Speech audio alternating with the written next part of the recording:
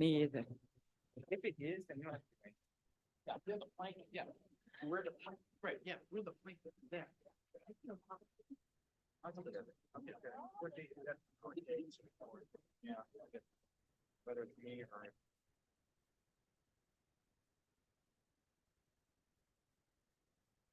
All right, I'm going to call the meeting to order for the executive session. The school committee may seek to convene into open session and recess to an executive session for discussion and or action regarding those items of business exempt from the open meeting law.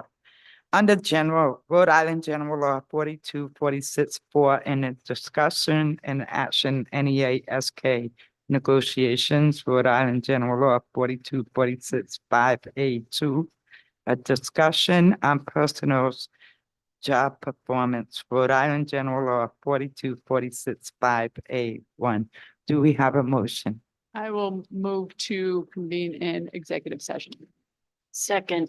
All in favor? Aye. That motion passes.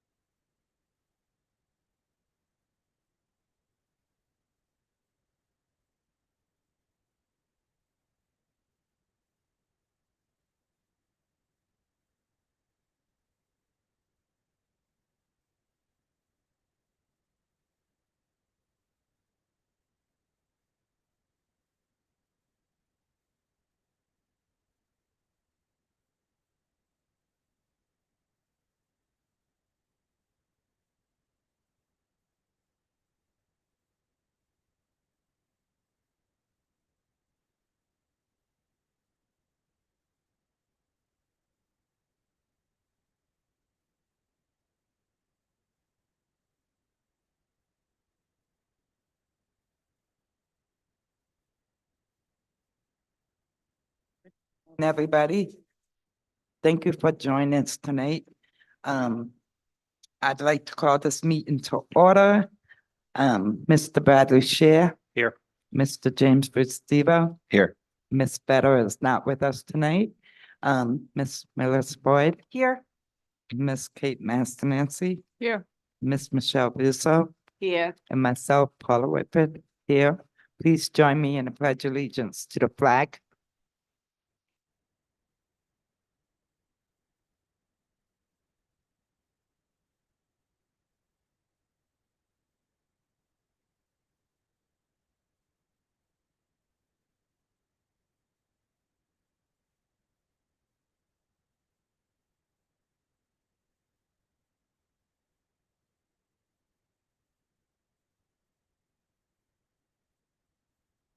I'd like to ask for a motion to seal the minutes in the executive session. I'll make a motion to seal the minutes of executive session. Second. All in favor? Aye. There was no votes taken in this executive session tonight. However, I will pass it over to legal counsel to disclose votes that were taken in previous executive sessions. Thank you, Madam Chair. There were a number of votes taken in executive sessions and prior meetings that were disclosed, that were announced that they would be disclosed at the appropriate time. Those motions and votes were held on February 27th. The motion to answer a complaint in litigation entitled Nicole Solis First South Kingstown School District. It is. And to issue an offer of judgment in an amount to be determined at a later date. That motion was made and passed 7-0. There was a motion and vote taken on March 12th. That motion was to authorize an offer of judgment as recommended by council not to exceed $20,001 plus an amount for reasonable attorney's fees and costs that would be in that litigation. That motion was made and passed 6-0 with one abstention. There was a second motion made and voted upon at that March 12th meeting. That was to include in that offer of judgment the provision that the copies of the requested records will be at no cost to the plaintiff. That motion was made and passed 7-0. Lastly, there was a motion made and passed on April 23rd in executive session. That motion was made to accept the settlement in the litigation regarding Nicole Solis for South Kingstown School District. That motion was made and passed 7-0. Again, at all points, the chair disclosed that there were votes taken and that they would be disclosed at the appropriate time. This is that appropriate time. Thank you. Next on the agenda is comments from the community. Mr. Beasley, you just came in the door. I saw you sign in. You want to step up?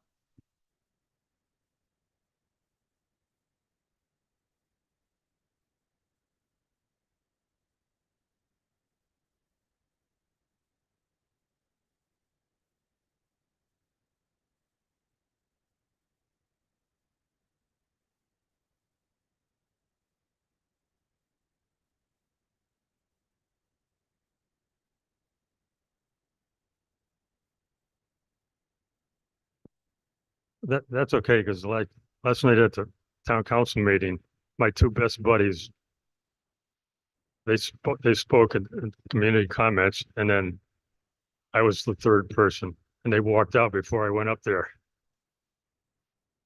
Nobody wants to hear me anymore.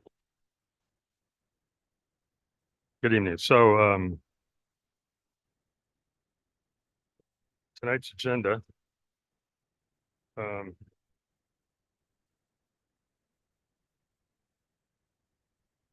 Superintendent search. I know you're going to have some community. Are the interviews going to be community interviews next week?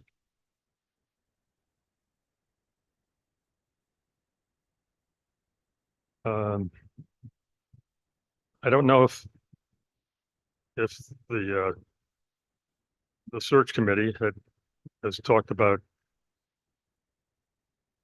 compensation for the new superintendent, but when you look at some of the numbers that other superintendents in this state are receiving now, they're in the $200,000 range. And it's certainly the case in Massachusetts. Some of the best districts in Massachusetts are paying above that. When this district's top step teachers are making close to 100,000, it seems that this is the time to pay the next superintendent well, because if you want top talent, you have to pay for it. And I don't think I have to say to you guys, because you certainly know more as well as anybody, that the next person that you choose has to have some staying power. We can't do this again.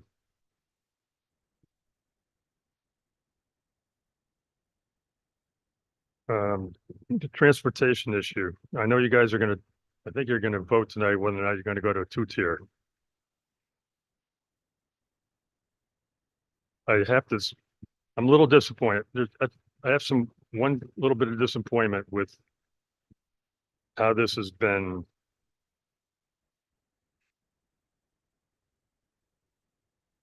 I know you have to go to the point where you're gonna say we're gonna do 2-tier before I'm assuming you can go back to Ocean State Transit and say, now give us a new number. But really, that number should have been available before your budget was passed. The elementary school playgrounds. I've said this before. I know you guys are going to redo the West Kingston, the pavement parking area.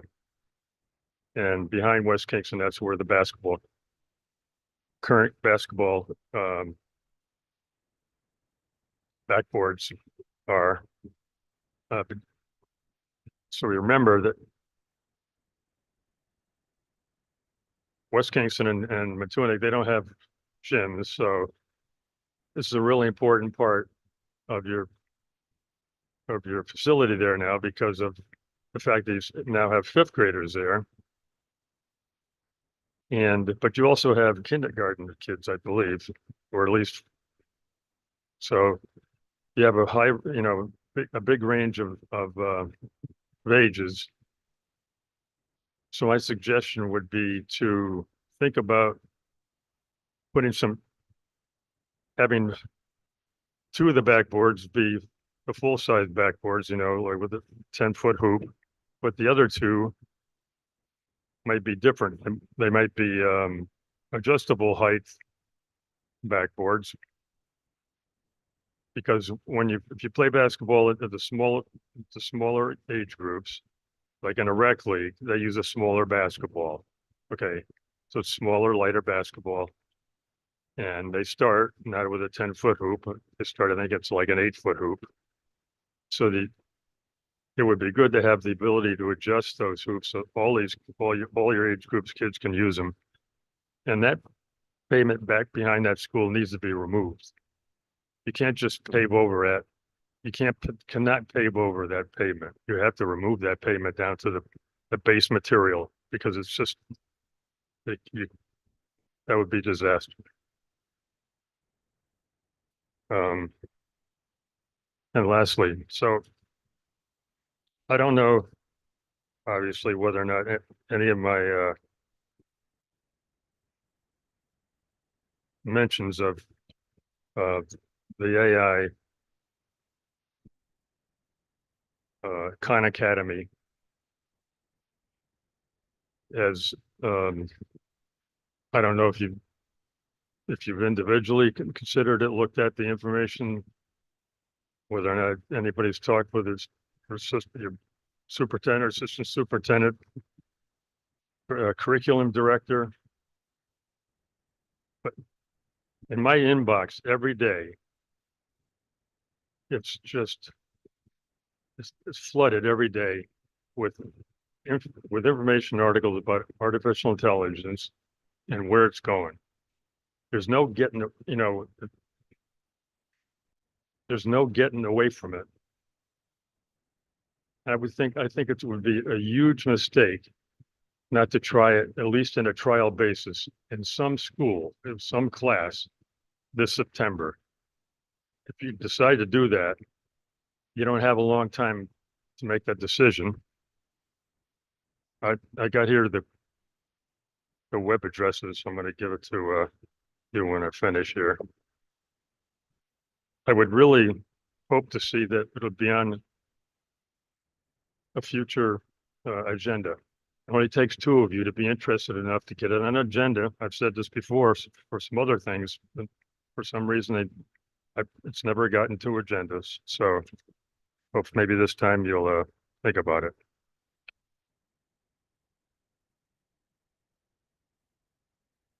Oh, is that great that we got a new high school coming or what? Thank you, Mr. Beasley.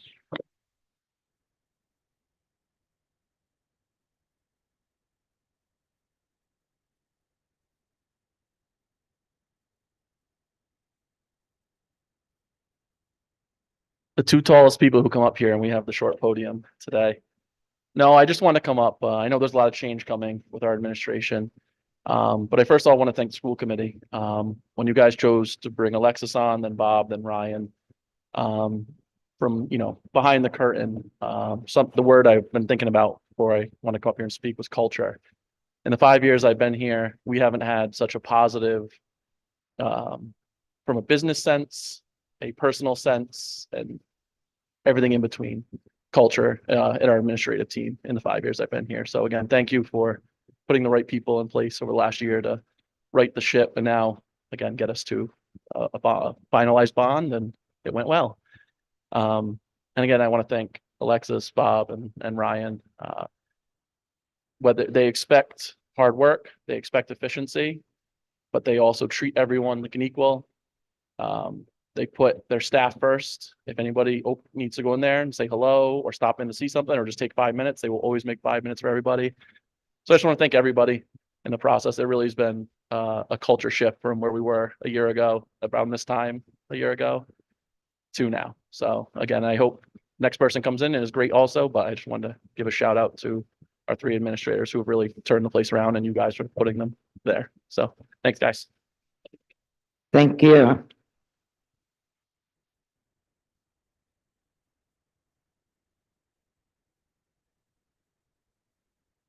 At this time, if there's nobody else that wants to come, see anybody else here, come up to the podium, we will close community comments. Next item on the agenda is our consent agenda. Do we have a motion? Move to approve the consent agenda. Second. All in favor? Aye. That motion passes. Next item on the agenda is our superintendent report, and I will pass that over to Mr. Littlefield. Thank you. Good evening, Madam Chair, members of the committee. Let's see. Well, I'm going to start with the personal action report. You'll notice there are a couple of, there's a retirement notice there that I'd like to recognize. Stephen McNiff is a custodian here at the high school. He's probably working tonight. And he has submitted his intention to retire his position effective July 31st this summer. Steve was hired as a custodian at the high school in December of 2008 and has maintained a record of nothing but dedicated service to our schools. We'll certainly recognize him at a later date with all of our other retirees, but I wanted to single Steve out and wish him the very best. You'll also notice on the PAF that we've got two members of our faculty that have requested leave of absence both for a very good reason. Malik Hanley and Grace Janes welcomed twins on April 28th. They welcome Ivy Lee and Miles James into the world, and we wish them well. And you know, I for one understand why they both need to take parental leave at this time. We wish them the best. You have the latest enrollment information in your packet, including the add drop data. And we posted similar data last month, and it took on a life of its own in the wonderful world of social media. So I would like to clear up a couple of questions. The top chart on that report shows the changes over the last month. And so you'll notice that there are 5 students that left the district for various reasons, including moving out of state or moving to another community within state, or switching over to homeschooling. The bottom chart shows the similar data since we closed schools in June of 2023.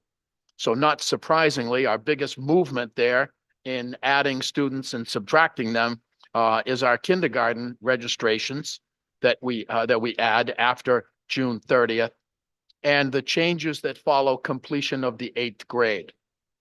Traditionally, those are the 2 biggest categories, and that those 8th grade students either enter into a private or a religious school, or they enter into a CTE program in and out of district high school. So that chart does not state how many students we have going out of district. It does not state how many are going to a charter school. It only states the changes that have taken place in our district starting on July 1 of 2023. I think I'd like to now I'll go to recognition, and I think we should recommend members of the school committee for your own commitment to professional development by your participation in the Rhode Island Association of School Committee annual meeting last Saturday. Perhaps someone who was present at the meeting, maybe Ms. Brusso, you can give us some highlights of what the members of the school committee were up to on Saturday.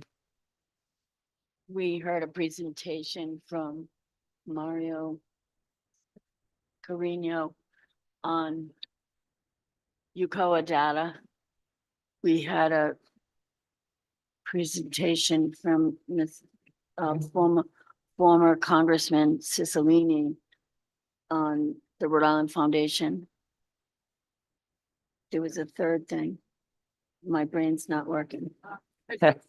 Rhode Island high school graduation requirements. Standards that are coming up. So there was a big presentation on that, very informative. And we all received some certificates. I want to acknowledge that Brad Scher has his honors in recognition for a successful completion of Rhode Island Association for School Committees Leadership Academy. I have that with me over here, as well as all of our school committee members up to date on all of the professional development that is required of us yearly as a elected official. So kudos to all of us. And I am going to walk this down to Mr. Scher.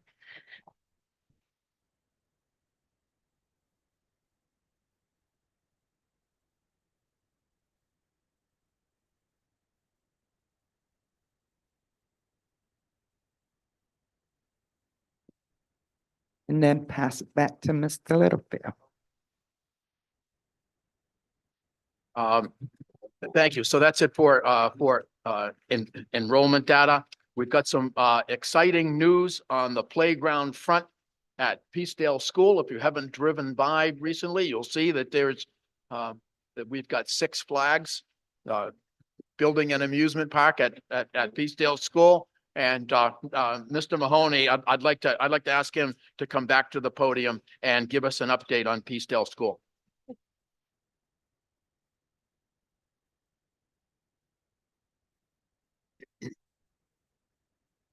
Hello, so we're well underway, as you guys have seen, and later on in the presentation with the elementary schools, I did put some updated pictures of Peacedale, so I can kind of show you where we're at. We're looking at an opening of early to mid next week. I will save that date, and we will be releasing that the next day or two to everyone. We have run into some rain issues. They had a staffing issue one day that pushed us back slightly on the schedule. But everything's been going to plan. The way it was designed, we have left room to use some of the old elements that the principal and vice principal had really wanted to keep for the kids. Some of the, I call them spinning flowers. I don't know if that's the real name, but they're the small spinning chairs that the kids absolutely love. So we were able to use those, have the head of the installation company check them out, making sure they're in workable condition and that they're safe, and then they will be reinstalled on the site. We also have fresh mulch coming this week. Again, that'll be later in the presentation, but we're looking for early to mid next week to be officially kids playing and Mr. Littlefield down the slide. So. I was out and about on Sunday and I drove by there and I had to pull in. Because I seen this big blue massive thing over there and I thought to myself, oh wow, they're coming along nicely. But the closer I got to it, I was thinking, this thing is massive. So it's big and it's huge and it looks beautiful and I can't wait for it to be completed because I know that all of our students are anxiously waiting for the day to cut the ribbon on that playground and be able to run free. And I know that they will be thrilled to go down that big massive slide that has 2 sides, climb at the top and the slide goes down like this and there's 2 of them. So- Every day I've been over there for that. Yeah, I've had yeah, students yeah, stopping me. yeah, I've had Yeah, people in the building so- say, oh, he's the guy, go ask him. I want Lot to of know, excitement. since it's a 2-sided slide, who's racing Mr. Littlefield on the other side? I think I'll leave it up to the principal. I will not be riding the slide. Alexis, no? Or Alexis.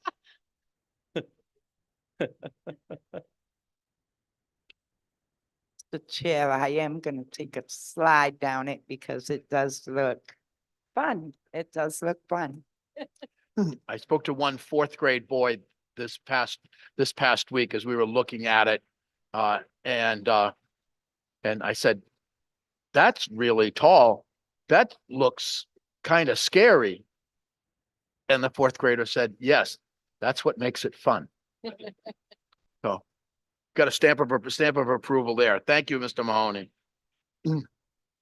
Speaking of Peacedale School, we had a great time recently hosting Governor McKee as he came to town to celebrate our unique Learn Rhode Island 365 initiative. That's the initiative that brings together school departments and community entities. Our unique program brings together South Kingstown schools, the Johnny Cake Center, and the University of Rhode Island. And the governor was here to recognize the URI students who have been reading with our Peacedale students throughout this semester, and then also to recognize the students who participated in this Reading Pals program. I'd be remiss if I did not give recognition to Diane Kern from University of Rhode Island School of Education and Kate Brewster from the Johnny Cake Center for their efforts in making this happen. It's been a great partnership and we look forward to their work to continue in years to come, provided the governor sees fit to grant us another chunk of money to run the program. I would also like to share this letter that came in from the Rhode Island Department of Education. They asked earlier this year for us to submit our school handbooks and our school policy book for their review. And the letter came to us from the Deputy Commissioner. The Rhode Island Department of Elementary and Secondary Education recently conducted a comprehensive review of transgender and gender nonconforming policies within the state. During this review, RIDE found the South Kingstown School Department's policy is both accessible and comprehensive, reflecting a clear commitment to equitable support for students who identify as transgender. Furthermore, it aligns with the federal and state statutes ensuring compliance with legal requirements. Comprehensive, accessible policies reduce stigmatization of and improve the educational integration of transgender and gender nonconforming students. We look forward to witnessing the positive impact of this policy on your schools and the broader educational landscape within our state. And the message concludes, thank you for your steadfast commitment to creating an inclusive and equitable educational experience for all students. So we should feel proud for the work that we've done in policy in that area. One last update. I'm sorry this is going on. This week, I assembled a team of really outstanding SK educators. Most of them were past winners of the SK Teacher of the Year Award. And we received 46 letters of nomination for a total, 46 letters of nomination coming to us from other teachers and from parents and teaching assistants. We then asked all those who were nominated if they wanted to participate in the application process. We had 17 candidates submit applications. I do have to tell you that I'm glad I did not have to vote for the winner because we had like really outstanding candidates. I want to thank Ms. Meyer for her assistance in facilitating the process.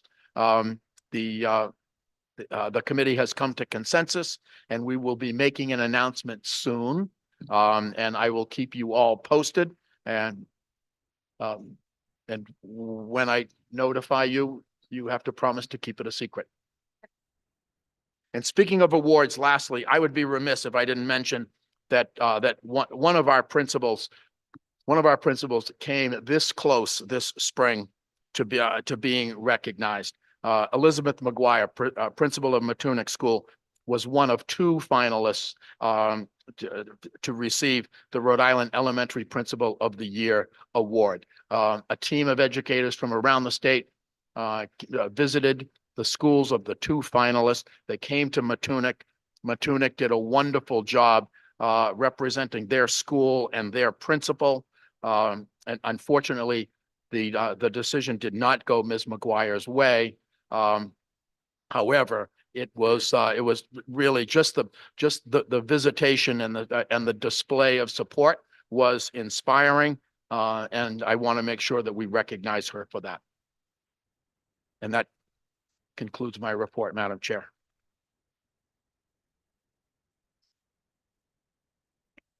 Thank you, Mr. Littlefield. Okay, No, he's got one more. I have one more. It's not concluded. Okay. So this is a communication from Philip Conte from Studio Jade. It's a response to our positive bond vote that happened on May 7. And Mr. Conte wanted to be here tonight, but asked that but could not. so ask that I share this message with you. Good evening, members of the school committee. We extend our deepest gratitude for entrusting the Studio Jade and SLAM collaborative team with the continued design and development of the new high school and athletic fields. Your unwavering support and the successful outcome of the bond referendum stand as a testament to the shared vision we hold for the future of education in South Kingstown. As we embark on this next phase of collaboration, we eagerly anticipate the journey ahead with great enthusiasm and gratitude. We look forward to updating the school committee and sharing information for your review and comment throughout the entire process.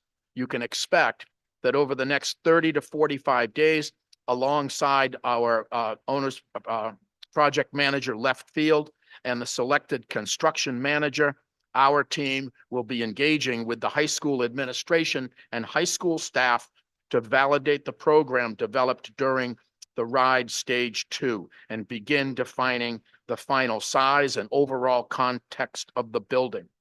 Rest assured, this is the beginning of our process to solicit feedback, and we look forward to achieving what we call responsible innovation.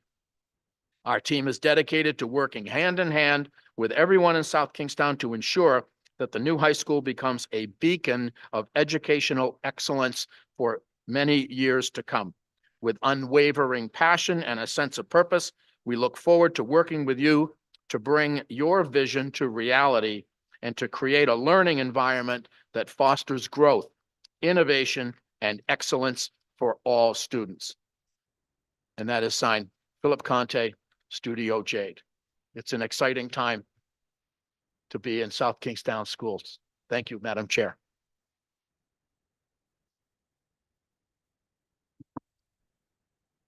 Do we have a motion to accept? I'll make a motion to accept superintendent's report. But before we vote, can we discuss? Second. All in favor? I'd say something. Oh, I'm sorry. I just want to say that especially today, listening to all that is going on in our district and hearing all the wonderful things over the past, specifically the past 6 months, but over the past 7 years that I've sat at this table. I often hear people talking about what goes on in South Kingstown schools, and they don't have children in our schools. And everybody has an opinion, and everybody shares their opinion regularly. And it is amazing to sit here and listen to your superintendent's report meeting after meeting. Especially today, it seemed to be a little bit extra exciting with everything that when we hear what is actually going on in our schools, the actual teaching and learning that's going on, the progress that is being made, the passion that everybody is bringing to our students. As someone who has had children walk through these halls, I know what goes on in our halls, but it's wonderful to celebrate them. And it is truly an honor to sit here as a member of the South Kingstown School Committee and listen to what is happening in our schools. And I just wanted to take a minute to thank you for highlighting truly what goes on in South Kingstown schools. Thank you. Second that. So, and if there's nobody else that has a comment, I would move on to the approval of the motion. All in favor? Aye. That motion passes. Thank you, Mr. Littlefield. Next item on the agenda is the school committee business.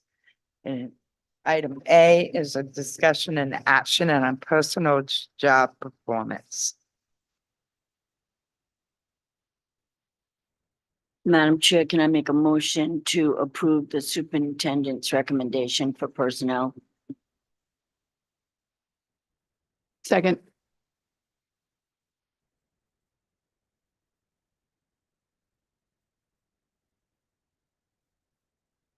Aye. Aye, that motion passes. Okay, next item on the agenda is a discussion and action on the school building committee construction manager at risk. So I will take this. So Our OPM, Mr. Spiegel could not be in attendance today, so he has sent along a memo as a guide to discuss this particular topic. So over the course of the past month or so, our school building committee has gone out to hire a construction manager at risk who will join our team of professionals and experts, along with our owner's project management team, left field, our architect and engineering and design teams, Studio Jade and Slam Collaborative. And this is how it played out. So this is from Mr. Spiegel. Over the last month, the South Kingstown School Building Committee tasked left field with leading the procurement process for construction manager at risk services for the South Kingstown High School replacement project, otherwise known as the project going forward. To that end, and under the auspices of the Town of South Kingstown Purchasing Department, a request for qualifications and proposals was publicly solicited in accordance with all applicable local and state regulations. Following the receipt of these proposals, the school building committee formed a construction management selection team to review the submitted proposals. Each submission was reviewed for individual qualifications, firm qualifications, references, work plans, proposed project approach, and participation of MBE/WBE, and I apologize, I do not have those acronyms at my fingertips. The construction manager selection team was comprised of one member of our town council, 2 members of our school building committee, and 4 members of the greater South Kingstown community who had extreme relevant experience in this area. It was a highly qualified team. After a review of the proposals, 3 firms were recommended to be shortlisted for actual interviews. Those were Dimeo, Gilbane Building Company, and Shawmut Design and Construction.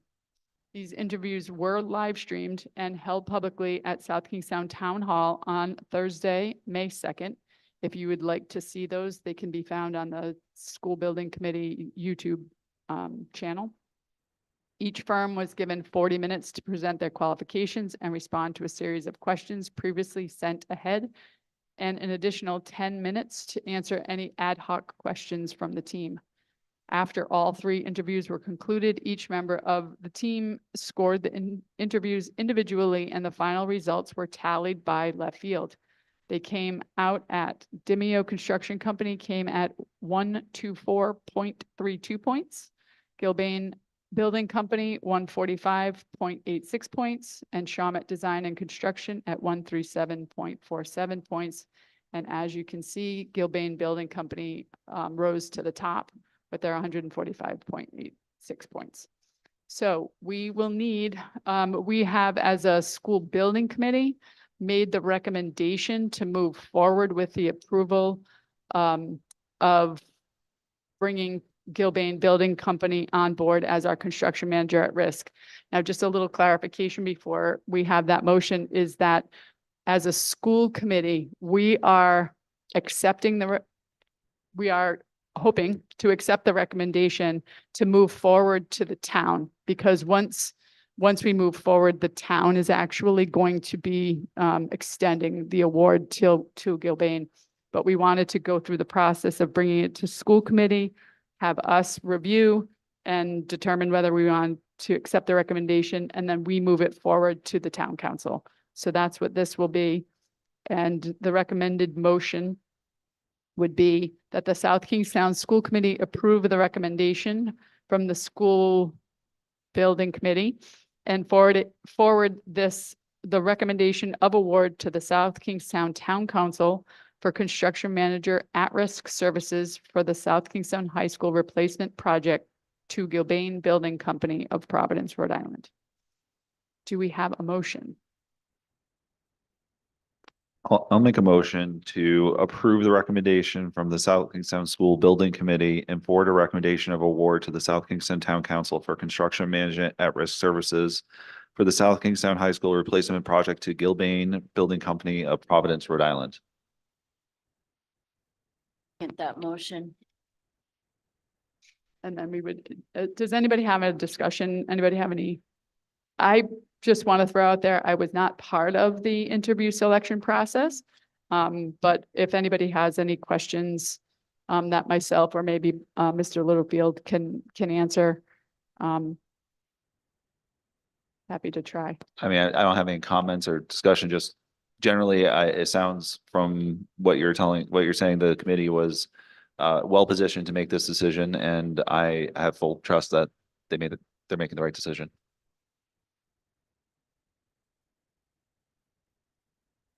Okay, so is everybody in favor of this recommendation? Aye. Aye. Aye. Aye. Aye, that motion passes.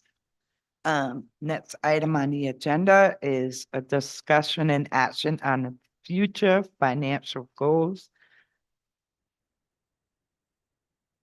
Is that going to go to Mr. Kilpatrick?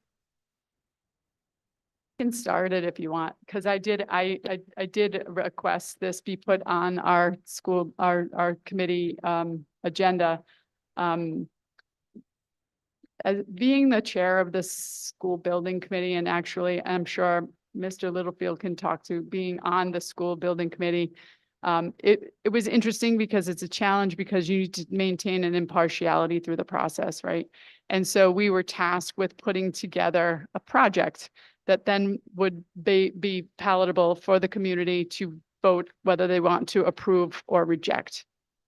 And in that process, there's a lot of discussion around finances. And there's a lot of, and as we all experience it at our school committee and town council meetings, a lot of scrutiny on our budget due to the fact that this bond is going to be such a heavy lift for our taxpayers. One of the topics that was talked about often is, okay, so we know approximately what the impact of the bond numbers will be on our community's tax rate, but a lot of discussion revolved around what happens if the school's operating budget continues to increase. And one thing that it was unfortunately, in my opinion, misleading. It was often discussed, well, the school committee is going to look for $1 million year, which is, it really bothered me every time I heard that, because if you look at our past 15-year history, that's not reality for us. We've not received $1 million year, nor have we asked for it. So I've asked Mr. Kilpatrick to put together a brief history of what the past 15 years has looked like for our property tax transfer, so that we can then say, this is our past, and then this is our current future projection due to the fact that we're going to have this bond go through. So if that's a good little foundation for you, and then you can take it. Perfect intro. So if we could actually jump to slide 3, we'll start there. We'll go out of order here. Perfect, thank you. So essentially what you're seeing here, as Ms. Massananti alluded to, is the history of the property tax transfer request and what the school department received from the town going back to fiscal year 2009. So if we're looking at the table on the left, you can see the second column rather is the actual tax transfer received from the town, the increase, the year-over-year increase in dollar amount, and then all the way to the right, the percentage change increase from year to year. So some of the highlights here, just looking at comparing the next fiscal year, which is 2025 to 2009, that change represents 16.9%. The consumer price index for reference over that same period was 46.1%. And then that last metric there, that stands for compound annual growth rate. That is a compound annual growth rate of 1% per year. Expand on that. Yeah, essentially, it's just taking, it's kind of like an average. It's a complex formula. It's basically the average increase year over year, annualized, essentially from 2009 to 2025. So roughly 1% per year increase in the property tax transfer. If you look to the right there, some more highlights. You have essentially the average increase over this span was about $505,000, $500,000. The median increase was about $394,000. And, you know, for the math geeks out here. The median is the number that's not skewed by the higher or lower values. So in the 16 years worth of data here, there were 6 years with 0 increases. There were 10 years with an increase. Of those years, only 4 of them exceeded $1 million. 12 of them were less than $1 million. And then lastly, on the bottom right there, you can just see the low value, obviously $0, a $0 increase. And then the middle value was fiscal year 2015. That was the $482,000. And the highest increase was $1.5 million realized in fiscal year 2019. So essentially, this just puts in a long-term historical context what the school department has annually received from the town. I think perhaps the most important metric there is the compound annual growth rate. The school department budget has grown 16.9% from fiscal year 2009 to 2025. That's simply from the property tax transfer. There are other sources of revenue that the school department receives to finance operations. But 1% year over year annualized growth is pretty insignificant relatively. So hopefully this is helpful for you to see. Going forward, if we're in a similar situation next year that we're in this year with enrollment decreasing, we're probably talking about contracting even further again. It's not necessarily inevitable that we'll ask for a significant budget increase. It all depends. There's plenty of moving parts, as we've discussed multiple times throughout this process. So any questions or concerns about what you're seeing here? Happy to try to provide commentary or context as needed. Okay, you guys are easy. All right, so we'll jump back to the previous slide now. So now that we have this bond passed and we are anticipating the construction of a new high school, this means a few things. And essentially, we should realize some savings associated with the maintenance and the staffing of the current high school. So a new, smaller, more efficient building means we should realize some savings. And these savings could be diverted to other priorities. Capital projects, maintenance for the other buildings, which obviously is a high priority for the district.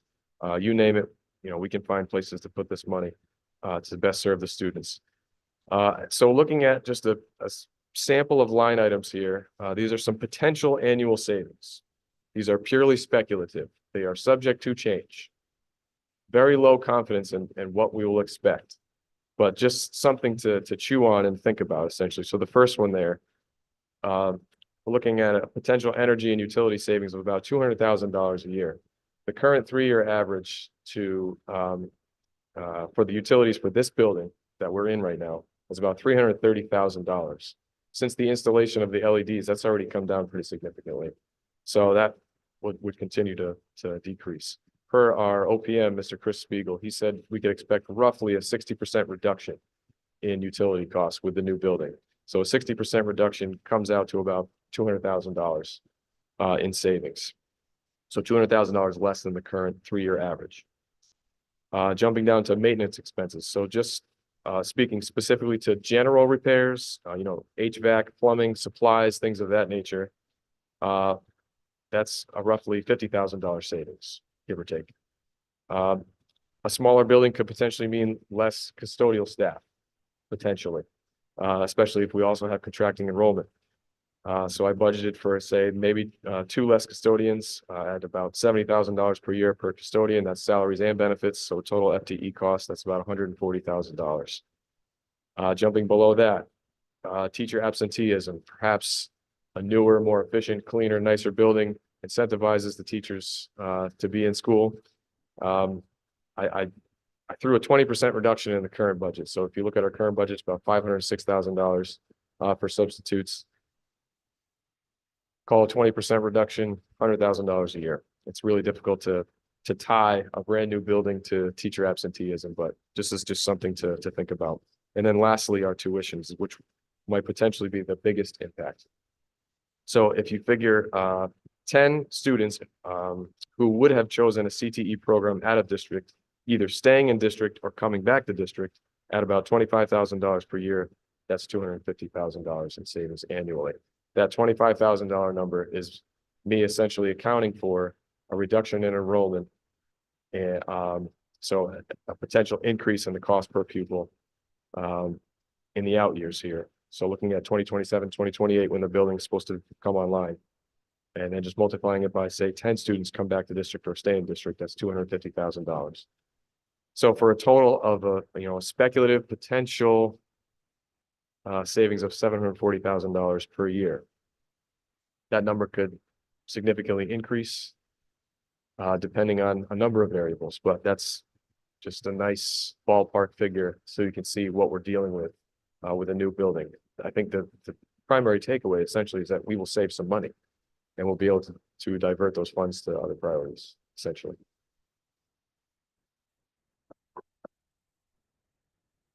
Questions or concerns? Obviously, no questions for me, but one of the reasons why I wanted to talk about this now is because as a school committee, it's going to fall on our shoulders going forward to be good financial stewards of our budget. I have 2 years left of my term here, and my intention would be to make sure that we keep a tight, as close to flat budget as possible so that we can make sure that we're not spending in ways we don't need to. And we will have continuing enrollment drops, and not because people, maybe not because people are going to other schools, but because no new babies are coming in. And maybe families who would have normally come in aren't coming to Rhode Island. There are things out of our control, obviously, but we want to make sure that we are basically making a statement to the South Kingstown community to say, we understand what a big lift we're asking the community to take to invest in our schools. And we equally make a commitment back to say we intend to be good financial stewards of our budget to make sure that we don't inflict unnecessary hardship on people. And I think this, if you would look at the potential of what a new high school means to us financially, there are so many opportunities to save funds. It's not just throwing money out the window. So I appreciate you putting these together. You're very welcome. Just a question. I think, as you said, that the tuition has the biggest impact and is probably the hardest to project. But I'm wondering I don't know how you came up with 10 a year. It was probably just a round number. But if 10 students a year chose to stay instead of going somewhere else, then we end up really with 40 over time, right? 10 in each class as they go through. So this is really potentially a multiplier Yes, of retaining. that's such a great students, point. So if you look at the current CTE cohort that we have, there are 29 12th graders enrolled at a CTE program at a district. So they're graduating out. 24 11th graders, 26 10th graders, 22 9th graders. If those 22 9th graders come back for their senior year in the new high school, we've already exceeded the $250,000. Or half, right? I think exactly. I think it's hard to imagine a lot of students who have been somewhere else for 2 or 3 Sure. years coming back. I imagine it's more along the lines of instead of 22 going out, 12 to in Sure. 8th grade, and then they stay, and each year it builds. It's harder to imagine that we actually all of a sudden get all these students back who've been somewhere else. And you also haven't here calculated potential revenue from people from surrounding districts Exactly. bringing students here for our CTE programs, which Exactly. has a multiplying effect. Completely agree. Yep. Great point. Thank you, Ms. Massananti, for requesting this. And thank you very much, Mr. Kilpatrick, for putting this together. I think this makes an important statement to the community about our past diligence in being good financial stewards and also our commitment as a school committee to being good financial stewards going forward while it's the, objective of, I think I can say every person sitting here, that we put students first, while at the same time watching the use of our taxpayer dollars.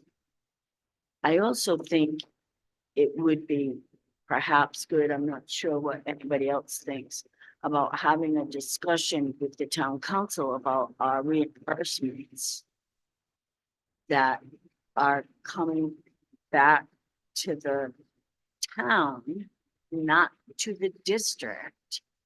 I think that that point needs to be emphasized with people in the community that think we're going to be rolling in dough once the building of this new high school begins, because we're going to get all this money back from the state. No, we're not.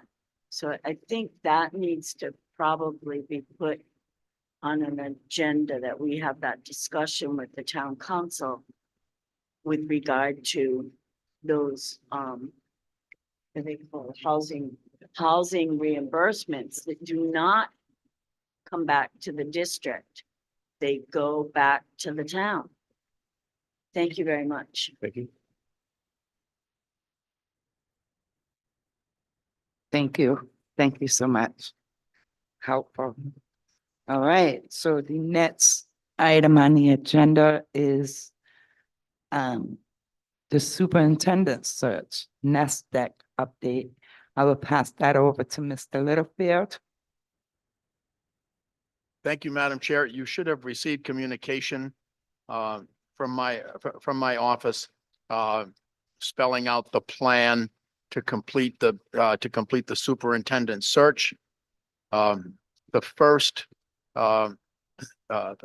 step in the final phase is that we will host our two final candidates this week on Friday of this week. Our two finalists have been identified as Catherine Crowley and Michael Pedraza.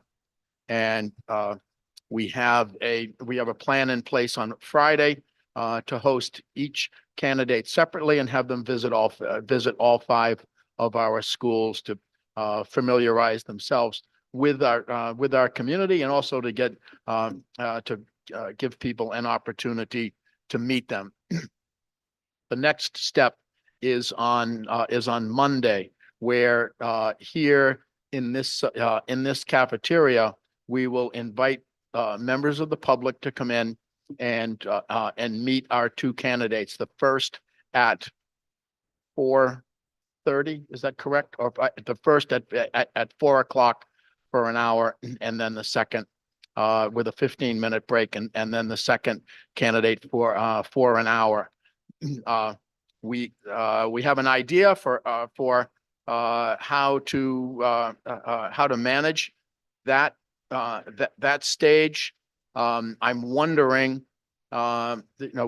we have everything in place except for a moderator, and I'm wondering if anyone on the committee has an idea on a moderator. Ms. Marchessault and I have talked about it. We have a number of candidates in mind, but I wanted to defer to the school committee to see if anyone had ideas on how to moderate this discussion. So the public will come. They'll be welcome to be here, and this is an opportunity for each candidate to meet the members of the public and have the public ask their own questions to get to know them. So I'm not sure if the committee has feelings about how that should go. The next stage is your interviews with each of the final candidates, where certainly the public is invited to come in and observe, or to observe through live stream.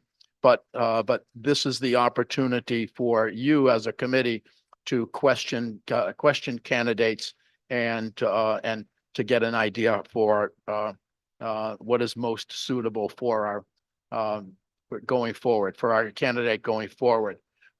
You did submit a number of ideas for questions to ask in that stage.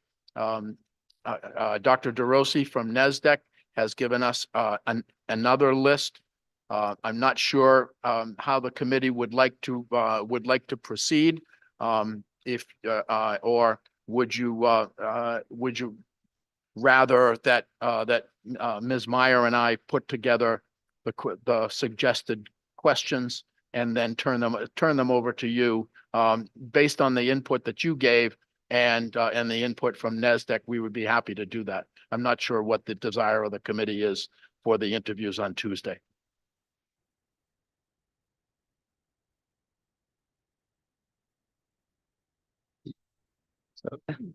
So I think how we moderate on Monday depends on largely on the format. I think we need to decide on a format. So in the initial interviews that we did on the committee, in an hour, you can ask about 8 or 9 questions, right? So we have an hour and a half, I think, for these public meetings, which means, maybe we'll get to a dozen questions.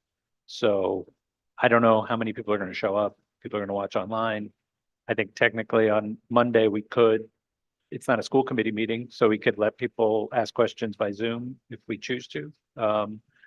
So I just think it needs to be we need to plan how those questions are going to be submitted.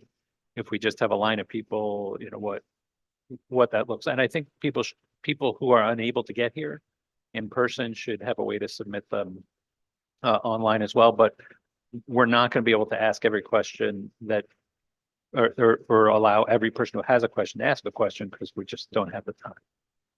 So I don't know if you've discussed that yet, what that format looks like. I have my own idea, but if you've already come up with something.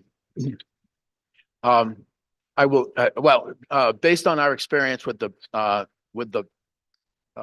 last building project forum, it was a bit clunky to have to have active interaction between the audience here and the audience at home. But if I were to make a suggestion, that there would be a way for those who are watching from home to be able to submit questions in writing to us for the moderator to have in real time. So the person who's moderating could relay those questions to the candidate. We could do that by providing people a link on the screen to say, if you have a question, just submit it to this link. I think we could pull that off with our excellent technology staff. I would just suggest the same for in person, that those questions should be submitted in writing. Give something out to people to write their questions so that, if you have if the moderator sees themes, 3 or 4 people are asking something very similar, we can make sure that question gets asked instead of just a race to raise your hand. If we start seeing a theme emerge,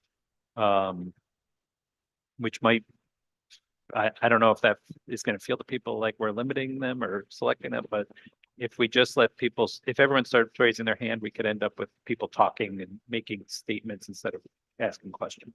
So to that point, so when we did the moderated public interviews 3, 4 years ago, whatever it was, we did them in here and we did just what you suggested.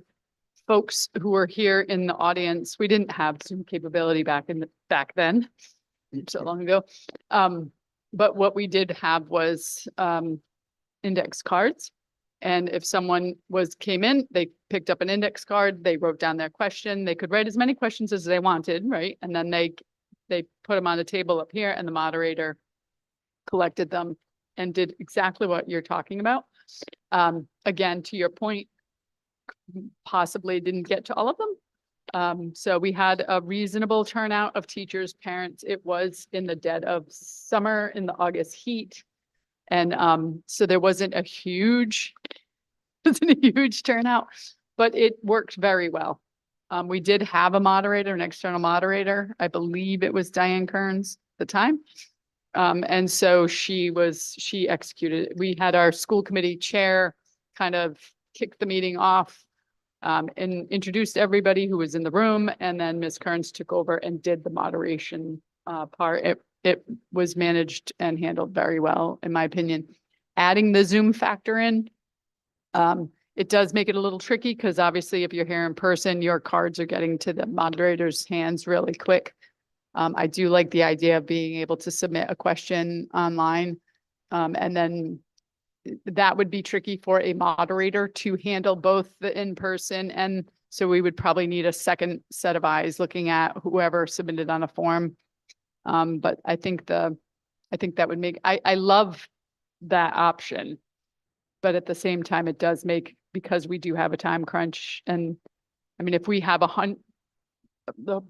we have 100 people in the room, you know, it will make it tricky as to what questions get asked and answered. So if we have an online form, we could also, if it's possible, say submit it in advance. We're going to need those by, noon on Monday, so we can sort through those, which also would help if 4 people show up and we need a bunch of questions. And maybe there's a lot of people watching online and people can't get here in person, that it allows people to ask questions that aren't here. So add that if we are able to get anything in advance, we could perhaps provide a handout to people who do come in to say, these are likely to be the questions that we've received. There's clearly some common themes and that we're going to attempt to get to in the time allotted. Followed by, I would also love to see some frame of a response limit time from the candidates. If they could try to respond in 5 minutes or less to each question so we can get in as many as possible. On the flip side issue of asking for your support in sort of crafting those final questions, I would like to recommend and ask that you both do that with your level of expertise to be able to help us craft that list of questions to guide us on Tuesday night. I know I would be appreciative of that. So I also think that things will go much more smoothly if we have a moderator. And yes, you too can pick out the questions. Thank you. Yeah, I'd like to, yeah, I agree. We want to have as much input from the community as possible. Teachers, parents, anyone else interested. So having the online form ahead of time, I think is going to be helpful. So if we have a list of questions, and to your point, if we don't have a lot of people who show up for whatever reason, we have a lot of questions we can ask. So I'm in favor of that. I think we should have a moderator. And I think I'm also in agreement that we kind of selected some questions, but yeah, if the two of you want to curate some additional questions that having been in the roles, you would probably have the best position to know what are the best questions to ask. That's going to give us the information we need to make a decision for Tuesday night. I'm wondering if that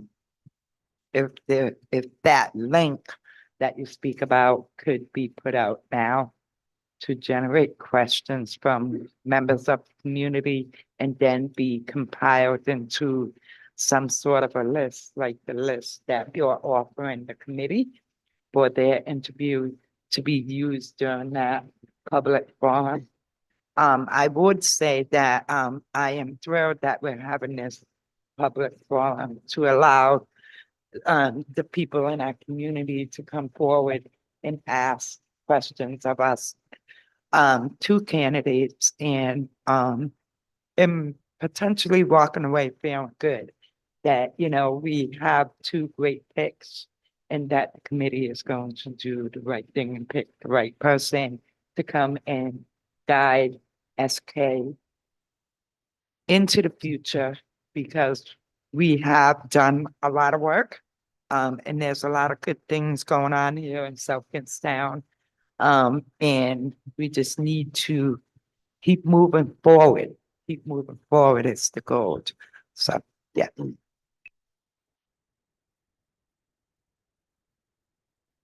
Does that help you? Do you need more from us? No, you've given us, you've given us a clear picture of what it is that you want. And we'll start pushing out word to the public. We've already made one public announcement about the three-step process. We'll push it out again along with the mechanism for submitting questions to us. And so, do I, am I correct that the consensus of the school committee is that Ms. Meyer and I should go out and procure a moderator for the session?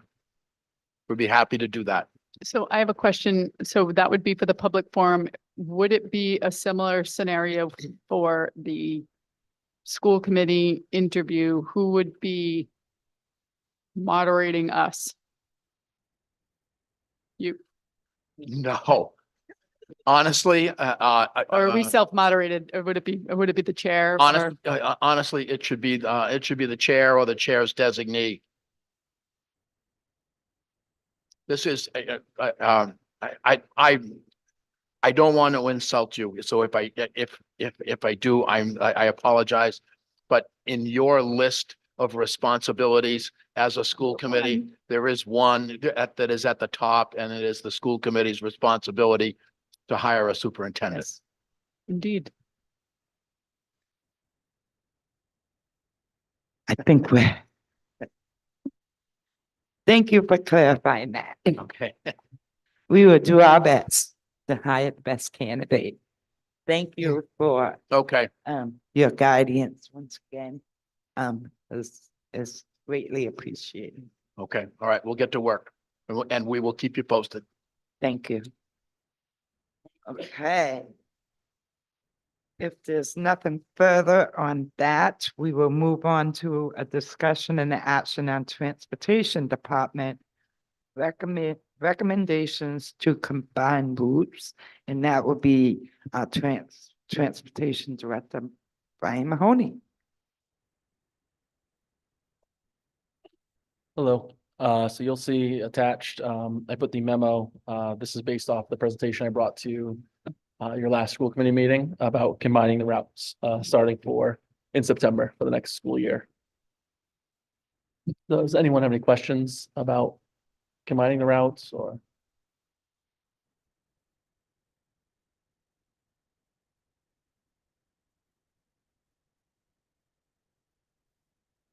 Take all the time you need. I'm up here for 4 in a row.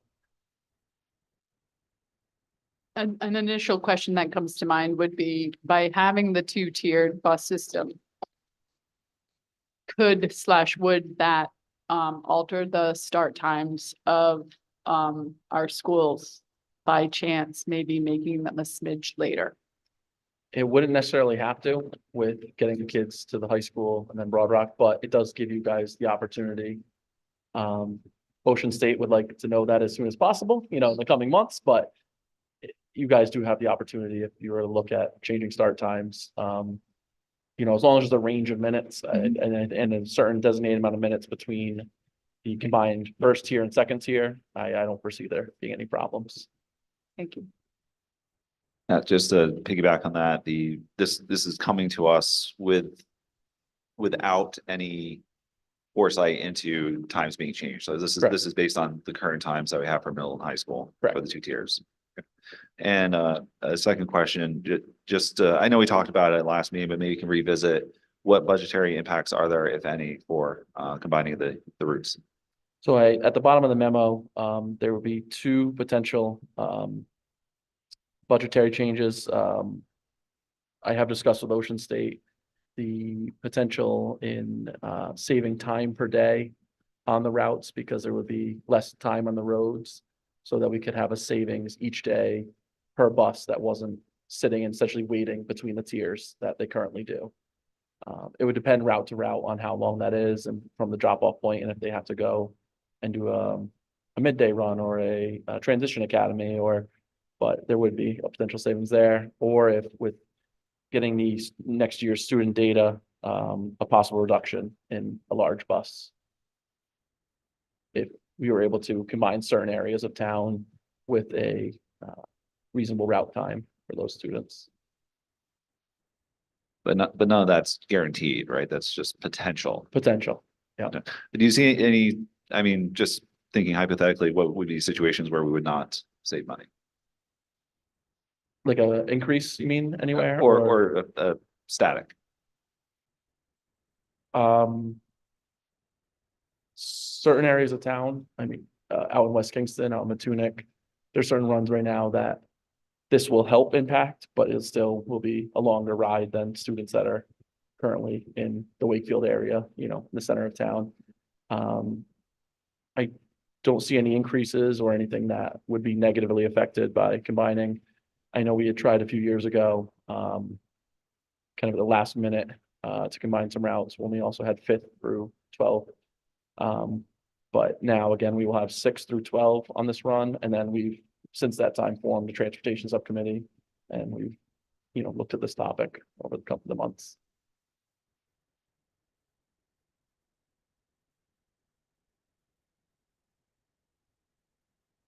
Any further questions from Mr. Mahoney on this? Do you have a motion to approve the recommendation? I'd like to make a motion to approve the recommendation to combine routes to the 2-tier model as presented. Second that motion. Any further discussion? All in favor? Aye. Aye. That motion passes. And I just want to highlight is, this is kind of secondary to this topic, but working with building committee, this kind of popped in my head is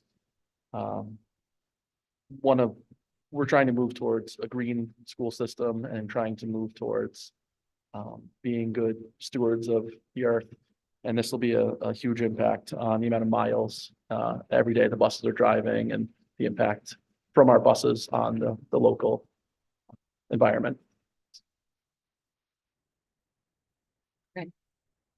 So, and don't go anywhere, you're going right down to the contract? Yep. Okay.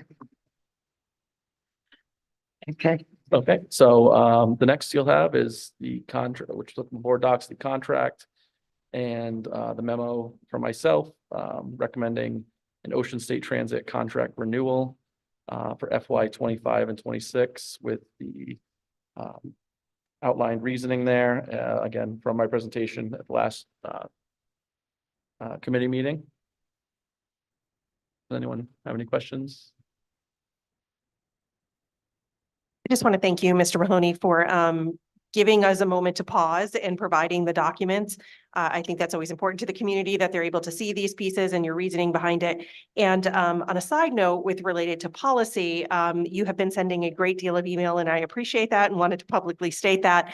I had asked for the pause for this committee to be able to review the contract and to ensure that we could look at a separate policy that we have regarding what is now currently called bus discipline, and to ensure that anything we improved here, we would still have leeway to look at our policies. And based on everything you've provided, the answer is yes, and a positive relationship with Ocean State. So I'm satisfied for that, and just wanted to thank you for the opportunity to review those materials so we can move ahead in policy with that plan.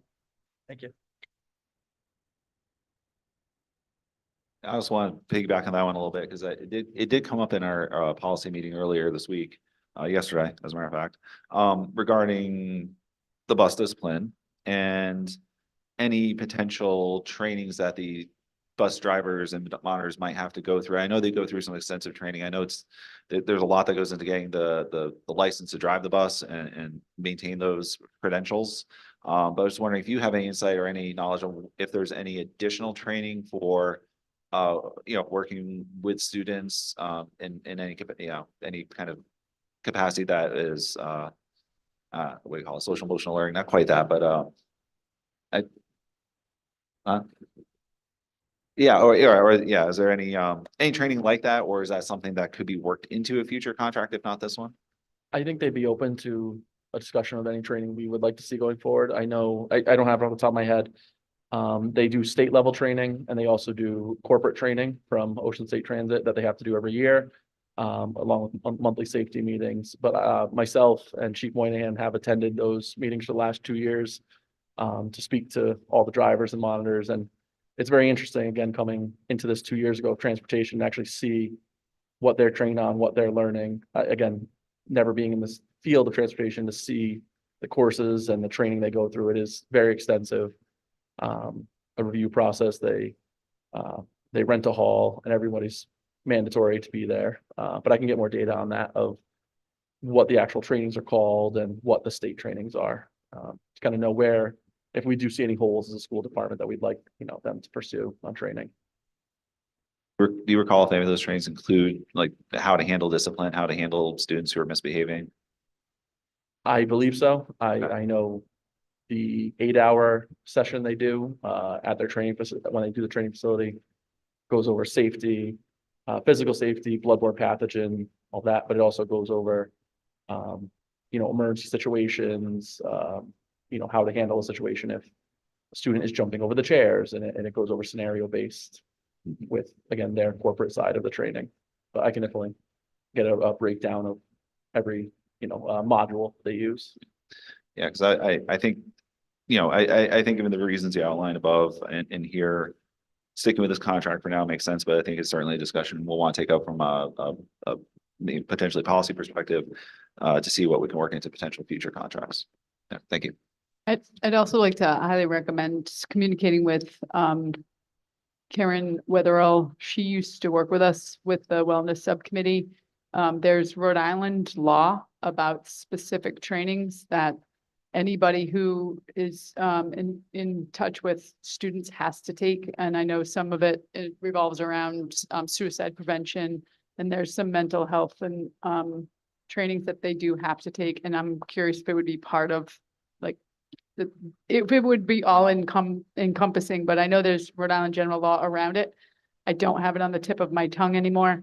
But I do know that that was a topic that we touched, I think it was the year before last during wellness. So she'd be a great resource. I'm happy to put you in touch with her. Thank you. I appreciate that. Any further questions for Brian and this item? Madam Chair, may I? Yes. Mr. Mahoney, could you explain to us, not necessarily for us, but for anyone who may be listening from home, about when this original contract was negotiated and why it is that we're exercising our extension of this contract rather than going out for an entirely new bid? Yes, yep. So this was from 2021. The original contract, it was a 3-year bid with a 2-year extension that was given by Ocean State as part of this contract. So they gave us 5 years of pricing instead of 3. That's what's in front of you today, is that additional 2 years.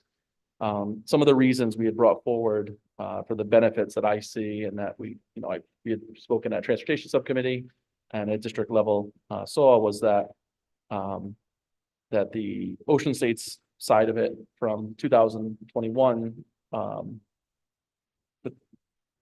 start that over. From 2021 till now, there's been a lot of changes in the economy. There's been increase in benefits, labor rates, insurance rates, inflation, propane prices have increased all since 2021, the original contract. So that was where the decision came to look at this renewal for 2 years rather than going to an open market bid. Also, their bus yard is based in West Kingston, about 3 minutes up the road from West Kingston Elementary. We also have a long history of effective response, and especially with their new management team that they've had for over a year there, they really stepped up during crises or emergency situations to take care of the students properly. And again, from a data administrative process and working with our systems, tying into their systems, they've really stepped up to move forward and give us a great product as a bus company.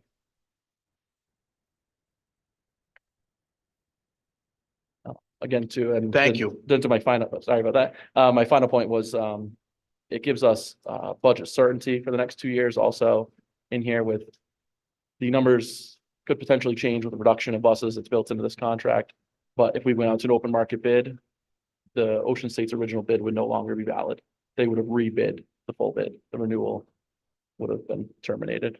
Thank you. And I would point out, I think in March of 2021, when this contract was negotiated, I believe the price of a gallon of gasoline was about $2.60. Yes. So one would think that any new bid, the price would be much higher than Everything. it is right now, Yes. than is in our contract right now. Yes, and labor rates, too.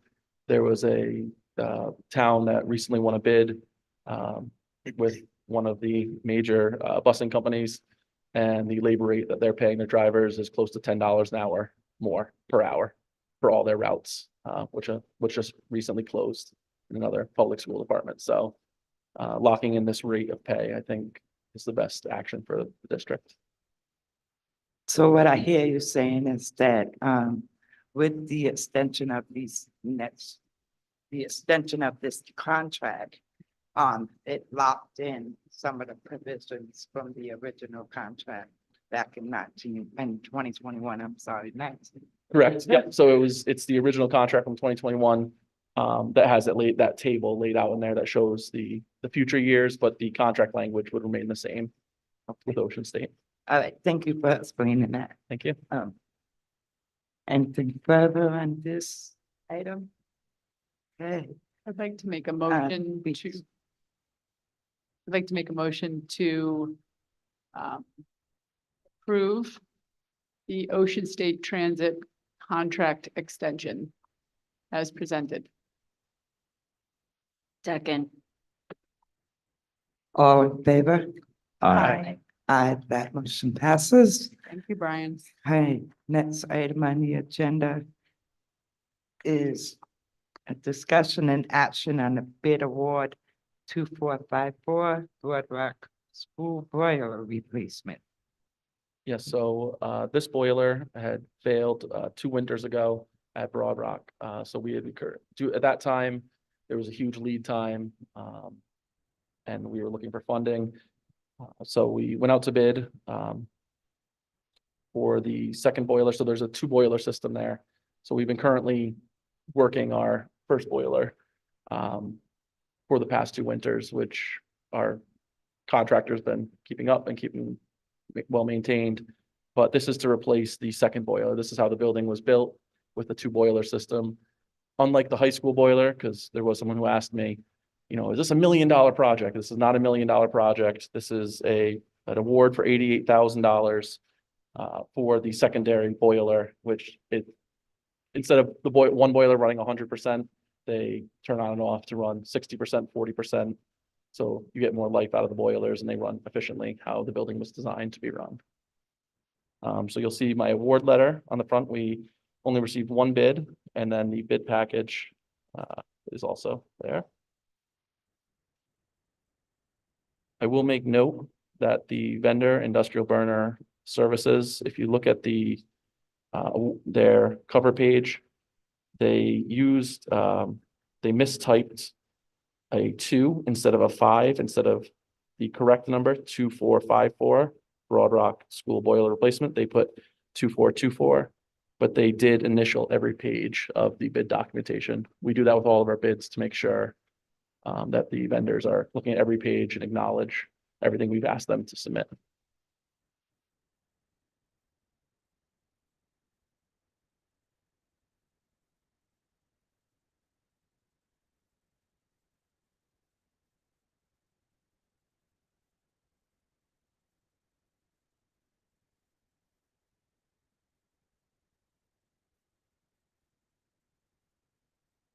And the funding source for this project is ESSER funds as heating and health. Thank you. That's the question I was just about to ask. Where does it come from? And the work will be completed as long as it's approved, probably in early July this year. I'll make a motion to recommend an award to Industrial Burner Services, Inc. for RFP 2454 from the South Kingstown School Committee as presented. Second. All in favor? Aye. Aye. Aye, that motion passes. Next on the agenda is the elementary school playground, Tunic and West Kingstown. Take it away. The fun part. I'm gonna wake everybody up right now. Here we go.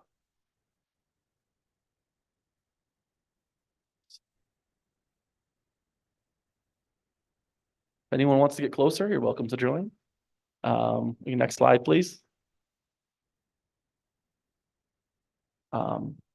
So when we had looked at doing the Peacedale playground, obviously we worked with Game Time, who had these great incentives. So we wanted to look at the other two elementary schools with our ESSER funds to provide district-wide to replace our 30-plus-year-old play surfaces. Again, we're trying to do the right thing by the children, get them outside, give them great areas to play on. And in conjunction, and I'm glad Mr. Beasley brought that up earlier, in conjunction with doing the paving at West Kingston, we are here proposing using ESSER funds to put a new playground structure in the rear of Matunic Elementary School and replacing the large structure at West Kingston, whole play area at West Kingston. So here's a look at the current Matunic Elementary School. So this is the playground. If you're pulling to the back of the building to the left, where we have a swing set, this play structure, and a Gaga pit, which was put in, I believe, 4 years ago. There is an additional play structure on the other side of the building, and that will stay there. And there's another swing set on the other side of the building. But this is the area we're looking to replace. Again, if you look closely, there's some major pitting that's starting on all the decks, on the connection pieces. And then there's a rope bridge where the students can run across that have deteriorated, where we've had to, similar to Peacedale Elementary, we've started to put caution tape up, again, to keep the children safe, so they're not able to play on this full structure on a day-to-day basis. Next slide, please. So here's the layout of the new Matunic Elementary School playground. There's climbing structures over here and monkey bars. And then there's a new 2 spiral slides. So a little different than Peacedale. 2 spiral slides, a slide over here, and then another full play structure. And also in the proposal is a new set of swing sets. Again, the swing sets are very old, have rusted, have been repaired over the years, but we're looking to replace those. Currently, those 2 areas are not connected. There's a small patch of grass, so we would go in and connect those 2 areas to make it one full playground with the play structures and the new swing sets. Next slide, please. Here's an aerial view. It's flipped from what you just saw. Here would be all the new swing sets with an adaptive swing set for ADA compliance, and then the new play structure from above. Next slide, please. Here's a view of the digital children playing on the new swing set. So again, you have a lot of climbing structures over here, weaving monkey bars, a climbing apparatus, a spiral monkey bar. I call this a ninja course, and then these slides on the other end. And then down below is the new bank of swings. Next slide, please. Here's the view from the slides. You got the 2 slides on that end, slide coming here. And then again, manipulatives, where they can put boards in. You can put the weather, you can put music, you can choose what goes on the manipulatives. And the colors are up to for discussion. And part of working with Game Time was we went with Matunic. We went with kind of an ocean theme. I don't love the red, but that'll be for discussion at this committee. And then we also include the PTO with the discussions of the colors. But we want to kind of go with a coastal theme, and with West Kingston, more of a forest theme. Next slide, please. Just a quick rundown of this. It would be potentially completed for this summer. Removal would be done by my staff, which did an amazing job. And we did have help from Parks and Rec Department and the Highway Department with the heavy machinery. But my staff was able to rip down the secondary area of Peacedale in a day and a half. And my 3 staff members did a great job. So I'm really proud of them. And then the only additional work would be to connect the current swings and the current playground area, which is about 10 feet of grass. So we would just dig up that area, mulch it, and the new structure would go in there. Next slide, please.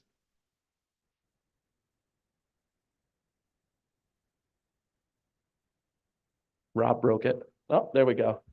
The West Kingston Playground. Again, showing signs of deterioration slowly. Over the years, a lot of the smaller elements have been removed. The sliders that go across here, that one's not functional. And before my time, this other slider was removed. Again, little elements have been taken off over the years that have worn away. So we wanted to go in and put something that's safer, more modern, and again, with the deterioration in age, put something in, for the kids to play on daily. It's also a very disjointed playground with the pieces over the years being removed. So it doesn't have as much play value as the modern style playgrounds. Next slide, please.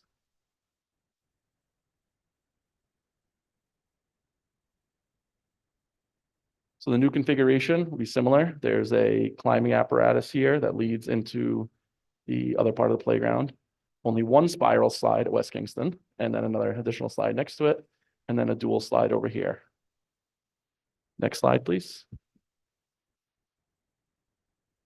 Again, here's an aerial view that would replace the footprint of the current slide. The swings would stay the same, the only that are at West Kingston. The only change there would be a new adaptive swing that would replace the old style swing that we have, which is part of this bid.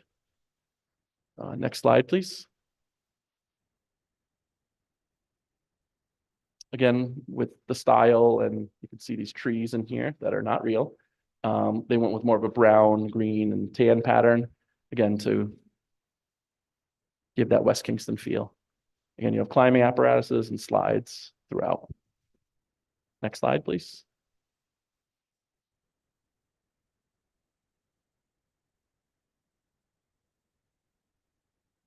Again, a rock climbing wall similar to Matunic and the slides. This child's face looks way too real, so we're gonna go to the next slide as quickly as we can. Same, this would be, but West Kingston's playground would be, I put potentially in there, again, if we weren't gonna move forward with this, but I have spoken to our game time representatives, and if we do put this order in, it would be in time to have it up and ready to go before the start of school. There wouldn't be as much work with this one other than the removal by my staff of pulling out the old playground. There wouldn't be any new mulching areas. There wouldn't have to be any expansion of the current areas. Next slide.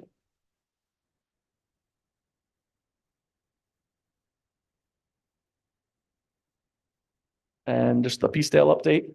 Here's roughly currently where we are. That was taken yesterday morning. This is the large structure, the 3 tiers. Me and Mr. Rappaport were discussing it today and looking at all the different areas on it. And one of the things he brought up from a safety perspective and from him being an educator was he really liked the new style design of the entryways for the students for all these play structures, because what he's seen in his time as an educator is when you have these wide open older style structures, is 2 or 3 kids are all trying to jump on it at the same time, get on it at the same time, and there's a lot of collisions. So with this new style, it makes it a one-way in, one-way out. So there's not as much potential headbutting. Next slide, please. That was the large structure. Here is the smaller structure. Again, this was taken 2 days ago, so this one is further along at this time.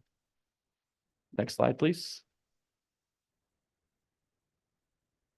And then I just put this on here, kind of like I discussed earlier, was these are the spinners. I call them the flower spinners. And I was told by the principal he would really love to see those, and they are going to stay. So, and the designer of the playground made sure all the angles, A, were safe, A, up to code, B, up to code. And then additionally, we have areas in the future, if we did want to add manipulatives for the pre-K, or if we want to add small pieces like these, there's going to be areas around the playground that in the future, if with our programs, there's any additional wants or needs, they'll have plenty of space with this playground, even though it is massive. Next slide, please. And that's it. So.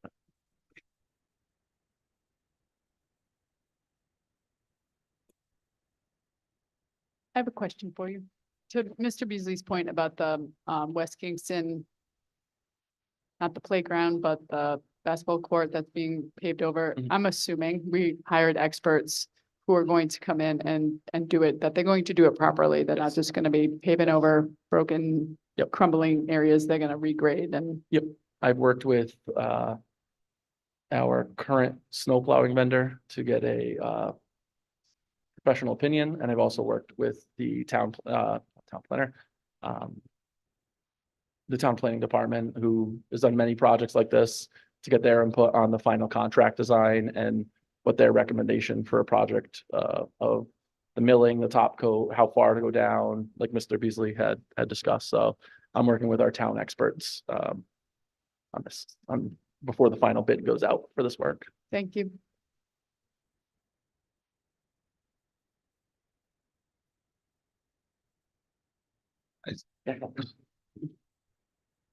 Okay. Since I think I'm the only one here that actually went to Matunic School, can I have the first ride on the slide at Matunic? Yes, Can we record that? yes. And there was additional savings with these. Game Time didn't have the same program that they had when we finalized the Peacedale Playground, but there was a different program they were running. And I believe, I had to get the numbers, but I believe it was about $30,000 to $40,000 savings, a grant, a different style of grant that we worked on with them on these, again, to try to get the most for our kids with our ESSER funds. So the playground equipment is all coming from the same vendor? Correct. Okay. All right. And you say potentially it will be done over the summer? It would be, as long as we go forward with it in the coming weeks, it would be ready to go. It's about 8 to 10 weeks to produce it, and then we'd be. Yeah, I'm equally excited for both Matunic and West Kingston. However, I have to, I was gonna ask the same question about the blacktop at West Kingston. And you answered that question, so thank you. Thank you. Thank you for all your work.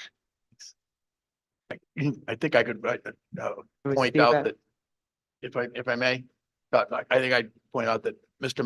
Mahoney and I and Ms. Meyer, we've had, like, very early on in our tenure here, we made playgrounds a priority. Mhm.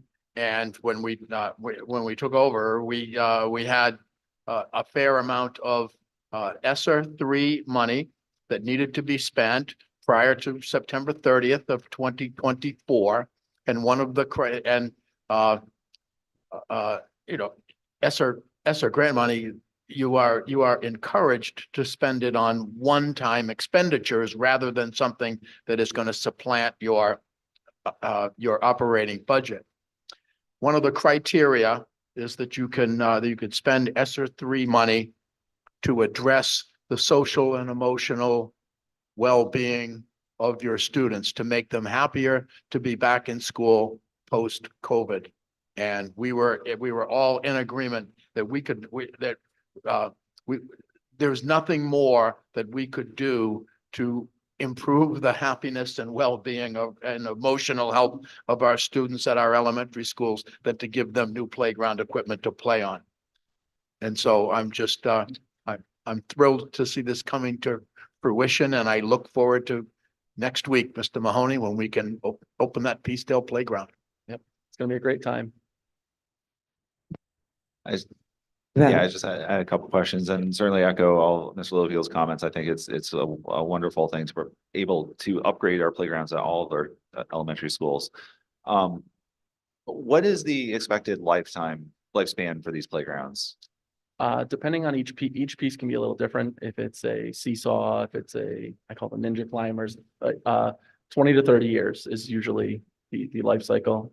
30 years on usually the bigger plastic pieces, with general maintenance from a certified playground. That's great. It's been a long time. And what were these in the capital improvement plan at all, or are these separate from that? And I'm glad we're funding it from ESSER funds, and I think that's wonderful. I was just curious if that was part of our the numbers we have for improving the schools? It was separate from Okay. our past plans. Our past plans had general maintenance funds associated each year with essential, playgrounds, changing some chain on a swing or mulch. But in past practice, there wasn't a discussion about these. It was kind of band-aided as needed. Yeah. And we got to the end of the life cycle, like we saw at Peacedale, and now we're seeing at the other play structures. And just one last question, I'm just curious, what was the ages for the playgrounds that are currently in place? What would like Peacedale's and the other two? So the smaller play structure at Peacedale will be 2 to 5, and the larger is. No, I mean, I'm Oh, sorry, like okay. how old was the old equipment? Like how long did that old equipment last before you? That Or never doing was mid-90s, I believe. I believe it Okay, was so about- 94, So that's about 30 years. about 30 Okay, years. all right, Yep. perfect, thank you. Principal Rapport is quick to point out that, that his wife played on that playground equipment as a child at Peacedale School. So not to, not And we to will not embarrass discuss her, her but age in uh, open public, it's been there. That equipment's been there for quite a while. but she is not very old. Yeah, I just want to ask, because it's good to hear Yes. that the previous equipment lasted that long, so I have confidence that the new equipment is going to last that long, so that's Yep. wonderful. And Thank you. any of the pieces that we have taken down that were in good condition or relative, not as old, that have been put in the last 10 or 15 years, we have saved and they're kept at my maintenance shop. Again, for future use if we need them, or again, working cohesively with the town if we have something that they could use for a lot of their playgrounds match up similarly to, and we're done around the same time as the school departments. We're looking to approve this? Or is this just information only? I'm So just, as yeah, a, just informational, I believe. Perfect. As long as you're all happy with it, just informational. Thank you, everyone. thank you.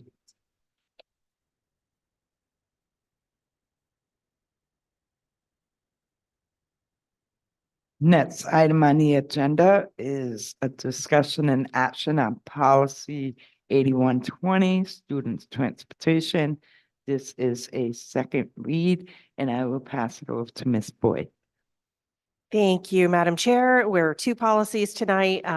Again, the one that you're looking at is a second read, policy 8120 that has been reviewed by members of the Transportation Committee as well as Policy Committee. This is one of our policies that was on the books as of 1960 and needed some brief amendments. What was removed from this policy was a final paragraph that talked about student driving, and that will be edited in a different policy in the future.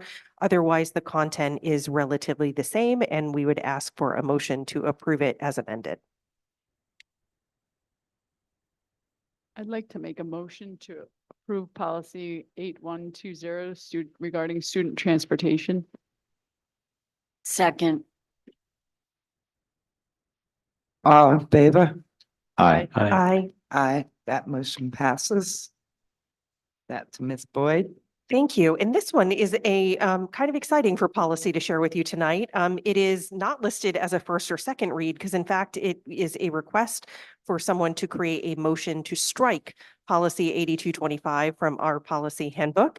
And this is a repetitive policy that existed in collaboration with 8220 prior to our revision and this group's approval of the revisions of 8220.